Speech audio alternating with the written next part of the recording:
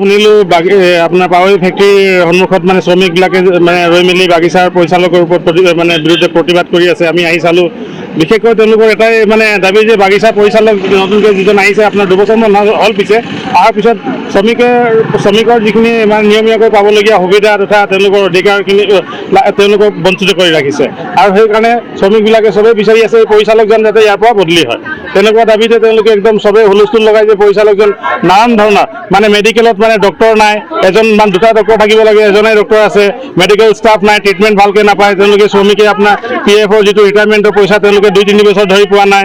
তেওঁলোকে যিখিনি line quarter ৰিপেয়াৰিঙৰ পৰা আদি কৰি বিভিন্ন ধৰণৰ যিটো মানে সুবিধাখিনি তেওঁলোকে পাব লাগে এইবিলাক পোৱা নাই। তেওঁলোকে যিটো আপোনাৰ পে লিভ মানে যিটো পায় মানে আপোনাৰ মানে যেনেকৈ আপোনাৰ ইলেকশ্যনৰ দিনতে হওক বা আপোনাৰ মে' দিৱসৰ দিনতে সেইবিলাকতো মানে কৌশলগতভাৱে শ্ৰমিকক বঞ্চিত কৰি দিলে বুলি শ্ৰমিকৰ দাবী।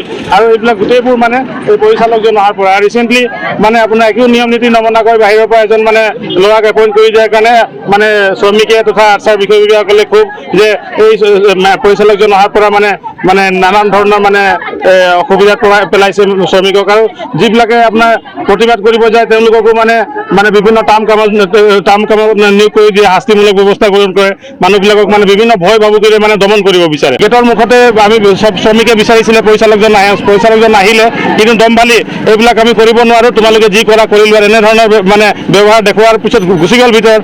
শ্ৰমিকে তেতিয়া আৰু বাধ্যত আমি ইমান ৰ'দত আমি ৰৈ আছোঁ আমাৰ কথাবিলাক ক'বৰ কাৰণে, তেওঁলোকে আমাৰ কথা যদি নুশুনে উপায় নাপায় তেওঁলোকে ভিতৰত গ'ল। কিন্তু তেওঁলোকে একো ধৰণৰ মানে শান্তি শৃংখলা ভংগ কৰাৰ নিচিনা হেৰি নাই কৰা, ভিতৰত গৈ মেলি পৰিচালকৰ লগত কথা পাতিলে। তেতিয়া পৰিচালকে ঠিক আছে ব'লক আপোনালোকে বাহিৰত ব'লক, বাহিৰত কথা পাতিম। পিছত চবেই ওলাই আহিলে আৰু বাহিৰত কথা পাতিম। অসমবাসী তথা ডিমৰীয়াবাসীৰ বাবে সুখবৰ। কামৰূপ মহানগৰ জিলাৰ সোণাপুৰত স্থাপন ডিমছ হাস্পতাল এণ্ড নাৰ্ছিং হোম।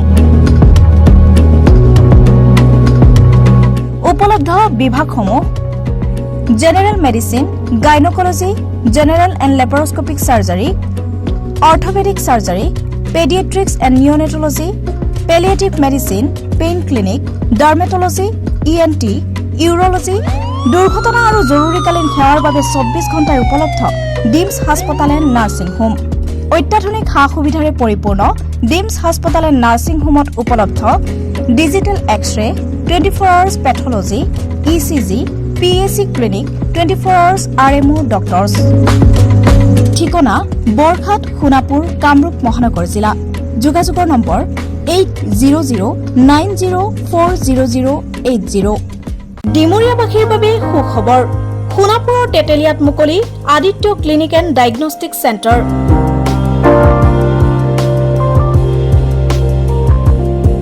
য'ত ৰোগীৰ বাবে উপলব্ধ pharmacy, digital X-ray, super speciality OPD clinic, day care centre, ECG 2D echo, endoscopy, Holter study, ultrasound 2D 3D, PFT, TMT, EEG।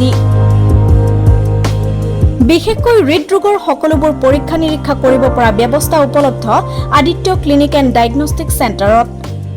উপলব্ধ উন্নতমানৰ মেচিন। দৈনিক 8 বজাৰ পৰা সন্ধিয়া 5 বজালৈ অভিজ্ঞ চিকিৎসকে প্ৰদান কৰিব চিকিৎসা সেৱা। উপস্থিত থাকিব বিভিন্ন গুৰুত্বপূৰ্ণ বিভাগৰ চিকিৎসক যেনে মেডিচিন, চাৰ্জাৰী, গাইনী, শিশুৰোগ বিভাগ আৰু অন্যান্য।